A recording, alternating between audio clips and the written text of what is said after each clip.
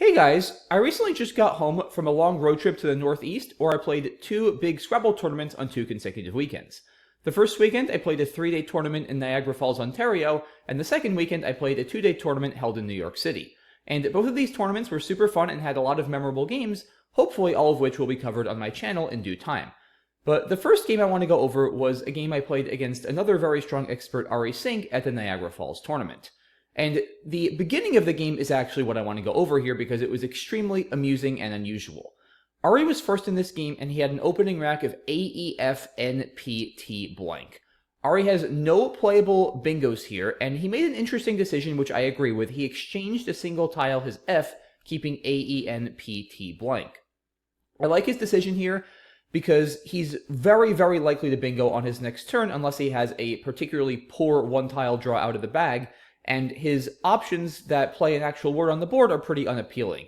His best actual word appears to be something like fan, which only scores 12 points, and by playing off 3 tiles instead of just exchanging 1, he increases the chances he's going to draw something like a Q or a V that's going to spoil his bingo prospect. So especially with blank in hand early, I like his decision here, sacrificing a couple points for immediate increase in bingo chances.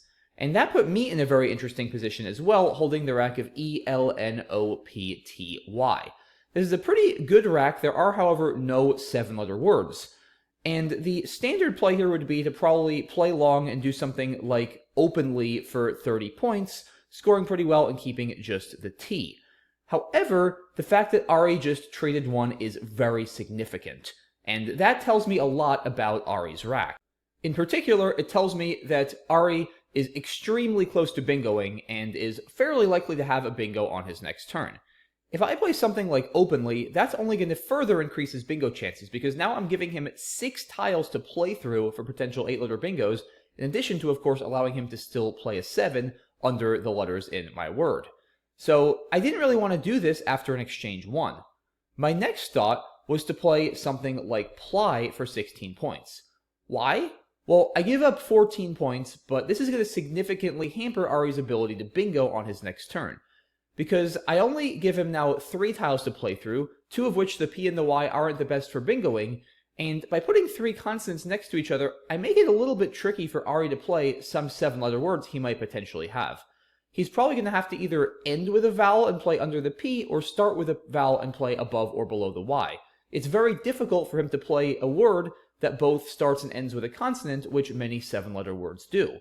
The other nice thing for me is any of these bingos for Arie are going to open a tile in the triple-triple line for me, and with a nice leave like ENOT, I might often have a very good response in return. So after a trade 1, a play like this, sacrificing a little to play some immediate defense, makes some sense. However, I came up with another idea here. I noticed that while I don't have any 7-letter words with this rack, I'm very close to a number of 8-letter words. Specifically, if an E were available, I could play polytene. If an I were available, I could play linotype. And if a T were available, I could play potently. So an E, an I, and a T are 3 pretty common letters, all of which would give me 8-letter bingos. And then I realized something. If Arie just exchanged 1, he's almost guaranteed to have at least one of an E, an I, and a T.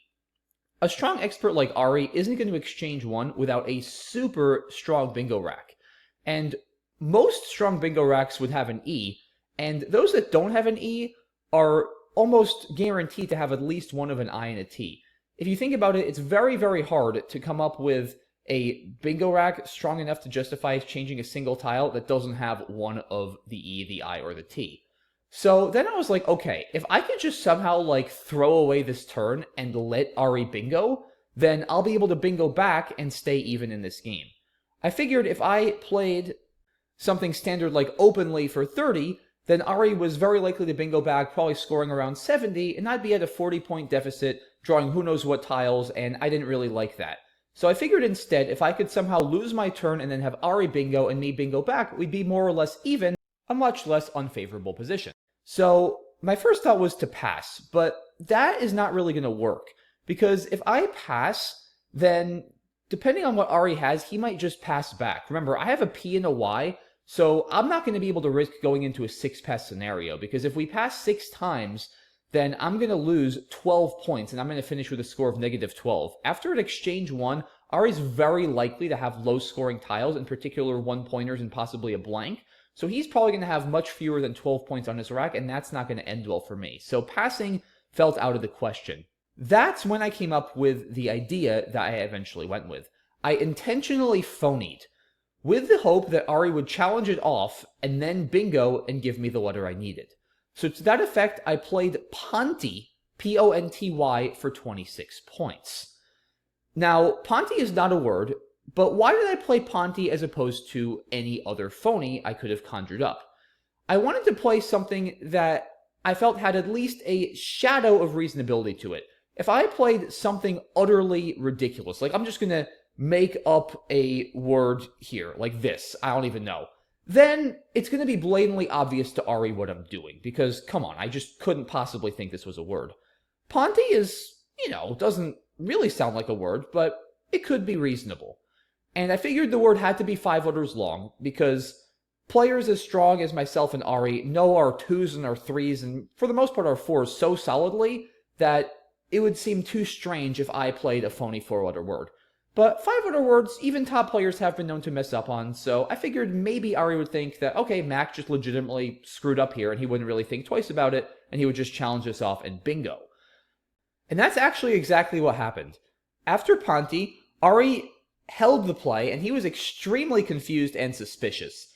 But he eventually decided that he would just challenge us off, and then he bingoed with Pewdamen for 76, having drawn an M out of the bag, and I did get one of the tiles I needed, and I bingoed with Potently for 73 points in response. So my plan did kind of work. Instead of being at an early deficit after Arie's bingo and not being able to bingo myself, I managed to keep the game more or less even. Now, in the end, Arie ended up beating me pretty badly this game. He continued to bingo several more times, but this play did work out more or less as I wanted it to. That being said, was Ponty my best effort in that position, and was Arie correct in challenging it off? Arie and I discussed this extensively after the game, and we both agreed that he actually erred by challenging this off the board. If he lets Ponty stay, he can respond with a 94-point double-double of Tampon through the O, taking a nearly 70-point lead. And Arie was correct in that he did sense something was up. Even though I played a 5-letter word, he has, I think, enough respect for my word knowledge that he had a feeling I was up to something. And if he suspects that, he's probably better off letting me have my 26-point play, because he should be assuming if he bingos, I'm probably waiting for one of those tiles and I'm going to bingo back. And this way, if he plays Tampon, he's up by 70 points, and now I'm drawing a more or less random rack to a leave of EL. And EL's a decent leave, but it's not great, and it's far from a guaranteed bingo. So this is a far better position for Arie, going up 70 points against me drawing a random rack than having a tie game after we trade bingos. So in retrospect, this was probably a mistake for Arie actually letting Ponty stay on the board. Another interesting choice for Arie, instead of bingoing back with Tampon, would be challenging Ponty off as he did, and then passing his turn back. Because remember, if I play Ponty, Arie knows I've got a 3-point P and a 4-point Y. Arie's got 2 3-pointers, and then his other tiles are 1-pointers and a blank. So regardless of what my other 2 tiles are, it's mathematically impossible that I could have fewer total points on my rack than Arie. So with the knowledge that Arie now has after challenging off Ponty, he can actually pass back, safely knowing that if I continue to pass, he can go into a 6-pass scenario and win with a final score of -10 to my final score, which is going to be at least -11. So that would have been another option for Arie, challenging off Ponty and then passing. I still believe his best play would be to just let Ponty go and then bingo back with Tampon. But in any case, my trap sort of did work as he challenged it off and then bingoed, which was what I wanted him to do. And that also begs the question then, was Ponty really my best phony? I think one issue with Ponty, which I didn't really consider during the game, is that it gives Arie this nice tile, the O in the double-double line. And if he has a good rack, which he of course does after he trades one, he might often choose, if he sniffs out what I'm doing, to just let this go and then bingo for a lot of points, and that puts me in a very bad position. So I think I should not have actually given Arie that much to work with Ponty. But then the problem becomes, if I'm not going to give him much to work with, I can't play a lot of tiles, and then I'm playing a word that's so short that it becomes pretty much obvious what I'm doing. And I talked about this with Josh Sokol after the game, and he had a classic Josh Sokol suggestion, which I actually believe might have been the correct play. Opening with Y for 8 points. Yes, guys, literally just Y.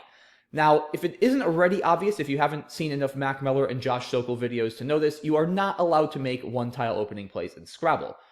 They are a phony. So if I play Y for 8, Arie has the ability to challenge this off the board. He could also choose to let it stay. Now, the interesting thing about Y is actually two things. Number one, it doesn't give Arie nearly as much to work with as Ponti does. Now all he has to play through is a Y, and it's pretty hard to bingo to a Y, so he's less likely to want to leave this on the board for the sake of getting a high-scoring bingo. The other thing is this doesn't give Arie quite as much information about my rack, because yes, now he knows I have a 4-point Y, but he doesn't also know about the P. So as it turns out, with Arie having 2 3-pointers, he wouldn't necessarily have been able to safely pass and go into a 6-pass, because I could have had a Y and 5 other 1-pointers in the blank, after which I would have had 1 fewer point than Arie. So this would have put Arie in a little bit more of a bind, because now he's got to decide, all right, do I challenge this off? If I do, I can't really pass back, because then I might lose in the 6-pass. So if Arie challenges this off, he's probably got to just bingo and then go into the same line we went into during the game. And the nice thing for me is if Arie lets this stay on the board and then bingos back with presumably a 7-letter word above or below the Y, then I'm very likely to still bingo on my next turn with EL and OPT, because this is a much stronger leave than the leave of just EL after Ponti. For instance, if I draw an A, I'm going to hit polenta, an I, I'm going to hit potline or topline, an O, I'm going to hit peloton, and a U, I'm going to hit opulent. So that's 4 out of the 5 vowels right there that are going to give me 7-letter bingos. There's a few other tiles that hit as well as a plethora of 8-letter words that I'll possibly be able to play after Arie bingos and by definition exposes several tiles for me to play through. So ironically here, guys, I think Y for 8 would have actually been my best play and given me the best chance to go into the line I wanted to, namely Arie challenging off my play and then bingoing. Another even more ridiculous idea, suggested as well by the one and only Josh Sokol, is opening with Y, but not on the center star, but in the top left triple word score. Now you might be thinking, wait a minute, you're not allowed to do this, you have to cover the opening star. Well, yes you do, however, a play that misses the star functions just like a 1-letter word in that it's a phony. So my opponent could freely challenge off any play that misses the opening star, however, they also could choose to let it go. And if I play Y here for 12, then it gives Arie almost nothing to work with, because there are extremely few bingos that start with a Y. So if Arie chooses to let this stay on the board, then he'd have to play next to this Y, or from this Y, which is going to be very difficult to do, and thus this probably forces him even more so than opening with Y on the star to challenge it off the board, which once again is what I want from this whole thing. So maybe the correct decision here is to play Y for 12 in the top left corner. Absolutely bizarre idea. It might be correct. Just super, super interesting to think about. It turns out Ponti worked, but like I said before, I think this allowed Arie to exploit my play in a way he didn't take advantage of during the game, but probably should have in retrospect. In any case, a really amusing start to the game. Very interesting. It's one of the very few times I've played an intentional phony as egregious as Ponti before, but hey, like I said, I got what I wanted out of it, so can't really complain, but super interesting stuff. Let me know you guys' thoughts on this one. Was I correct to try to phony there? If so, do you like Ponti? Do you like Y? Do you like something else? Should I have just done something more normal, like opening with ply for 16? I don't know, and this is the beauty of Scrabble, guys. It's very difficult to know for sure, because it's extremely difficult to predict how Arie is going to react to each of these plays and what sort of options I'm going to have available on my next turn. So really curious to hear you guys' thoughts on this one. Thanks so much, as always, to all of you guys for watching. Thanks as well to Arie for being willing to discuss this position at length with me after the game, and being a great opponent as always. Hope you enjoyed the video. Thanks again for your support, and I'll see you all soon for the next one. Bye-bye.